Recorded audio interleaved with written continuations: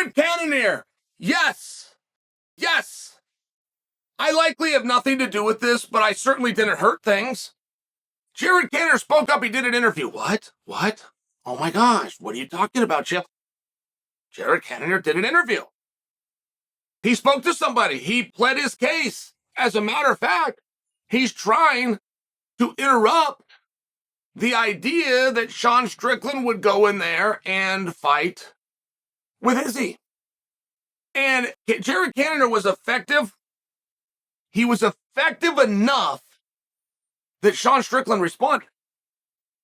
Right? You got to do a pretty good job of interrupting a fight. You got to do a pretty good job to get the guy that has the fight to come out and engage you.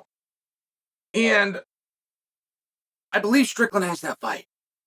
I believe everything that you guys saw where Strickland's saying, oh, they're going to have to pay me and all that stuff. I believe that was him going to work. I don't think that was him revealing to us that it isn't actually signed yet. That's what I believe. I don't think that they're in a position where Cannonier could swoop in and grab that match. I think it's done, and it's for Sean, but I got to use the word think, guys, right? We're to look at the information that we've been given. It goes in both directions. We were told that fight was done. Izzy came out and said it's going to be Strickland instead.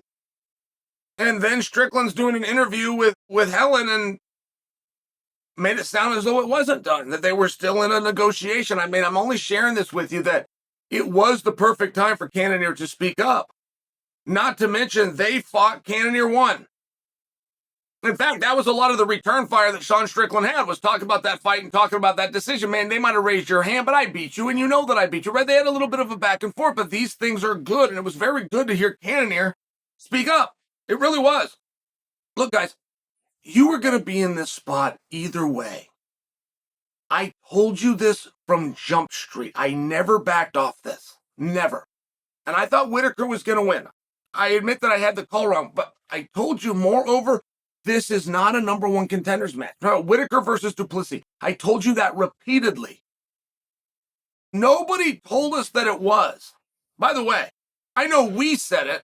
I know we started believing it and we started spreading that around. But nobody told us this was a number one contenders match. And that includes at the press conference 2 days earlier when they asked Dana about it. No one said it was a number one contenders match. You want to know when we found it was a number one contenders match? Is when Joe Rogan interviewed Duplessis afterwards and said, we have a world title fight. That's when we're all looking around going, okay, well, somebody told Joe to say that. So I guess this is the number one contender. And you want to know why I told you it wasn't, guys? The dates didn't match up. We have never, and you won't be able to go back and get a calendar and be a great historian on this and prove me wrong, aside from somebody gets hurt or injured. I'm talking about by the plan. Here's what we plan to do. We have never identified a number one contender in July to fight for the strap in August. Never. I'm talking about being 1 month apart. That's never happened. And we all knew going into Whitaker Duplessis, right? You got two primary strikers. You're going to have a bludgeoning. Both athletes are going to need an amount of time after this fight before they can even return to practice. We knew that. I told you guys this until I was blue in the face. Over and over I told you this, and I'm only bringing it to you because nothing would change. I don't believe there's anything wrong with Duplessis. I'm way out of bounds saying that. Way out of bounds. I don't have any information. I just watched it. I saw what happened. I saw a face-off. I saw the body language. I saw a guy change in that moment. But don't kid yourself. Whitaker wasn't going to go do that fight either. No matter what happened in that ring that night, Robert Whitaker was not going to go fight Izzy in Australia a month later. It wasn't going to happen. That was never a number one contenders match.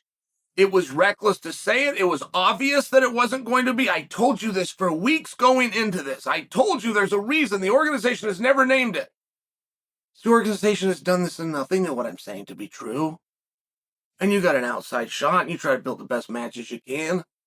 You take a good look at it. You see that Duplessis is 100%. You see he's celebrating. He's bouncing. He's making out with the corner man. I mean, everything's cool. And he's got a big smile on his face. There's nothing about his body language that says injury. Nothing.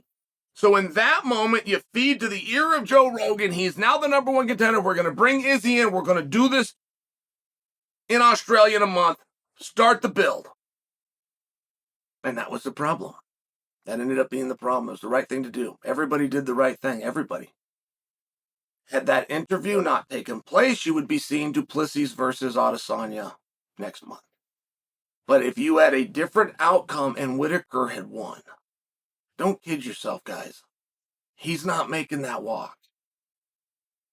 You have Cannonier coming in, trying to swoop right in. There's a miss there by Jared. And the miss was that match wasn't fun to watch. And the miss there was that he did not build that match. And therefore, to take him and to redo it, there's some misses there. But he still went for it. And I like that about Jared. I really like that he did that. And I find Cannonier to be a very interesting guy. I find his backstory, being the truck driver at a heavyweight, and he was in Alaska. I find it all to be a very interesting story. I wish that he would come out. I wish he would be comfortable. I wish he would tell the story more often. But Strickland's the right guy for the job. In front of everything else, I mean, not only the backstory between Strickland and Izzy, not only the paths that they were on, not only the rankings, above everything else, Sean Strickland will show up. We can make the fight and wait for Duplessis to pull out, which was pretty quick, or we could give it to Whitaker, who's going to pull out and not do the fight. I mean, eventually you have to have a willing character that will actually show up and do the match. That's the difference. That's the difference between the field and Sean Strickland.